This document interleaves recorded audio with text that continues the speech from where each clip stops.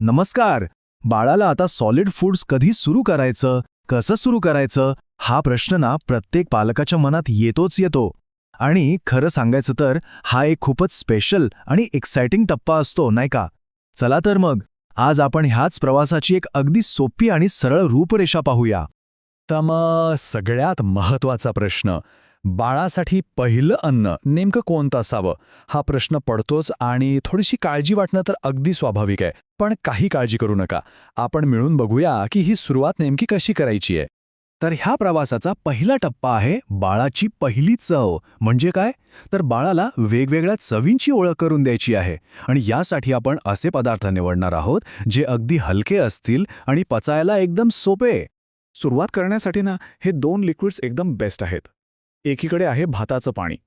हे बाळाच्या नाजूक पचनसंस्थेसाठी खूपच सौम्य असतं, म्हणजे पचायला एकदम हलकं.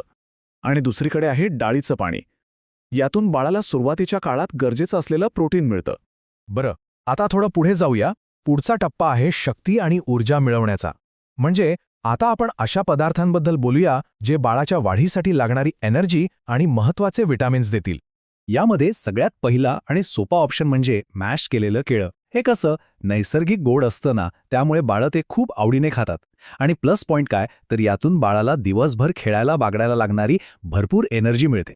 केळ्याप्रमाणेच दुसरा एक मस्त पर्याय आहे, तो म्हणजे सफरचंदाची प्युरी. अर्थात सफरचंद शिजवून आणि मग त्याची प्युरी करून द्यायची.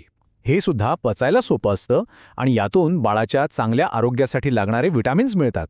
चला, आता आपण या सुरुवातीच्या प्रवासाचा शेवटच्या टप्प्यात आलो आहोत. आता आपण अशा पदार्थांकडे वळणार आहोत जे बाळासाठी एक कंप्लीट बॅलन्स्ड जेवण म्हणून काम करतील. तर संपूर्ण पौष्टिक जेवणासाठी आपल्याकडे 2 उत्तम पर्याय आहेत. पहिला अर्थातच मऊ खिचडी. डाळ आणि तांदूळ यामुळे बाळाला कंप्लीट न्यूट्रिशन मिळतं.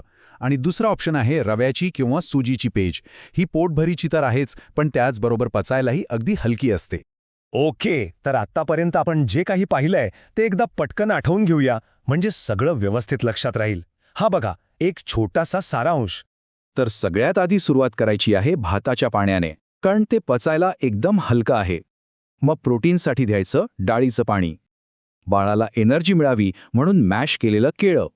आणि विटामिन्ससाठी सफरचंदाची प्युरी. आणि शेवटी संपूर्ण पोषणासाठी मऊ खिचडी किंवा सोप्या पचनासाठी सुजीची पेज. पाहिलं किती सोपं आहे हे सगळं. तर मग आता प्रश्न हा आहे की हा पौष्टिक प्रवास सुरू कसा होईल.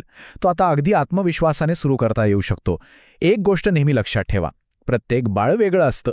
त्यामुळे त्याच्या आवडीनिवडी सांभाळत हा नवा प्रवास आनंदाने सुरू करा. ही पहिली चव, ही पहिली पायरी नक्कीच यशस्वी ठरेल.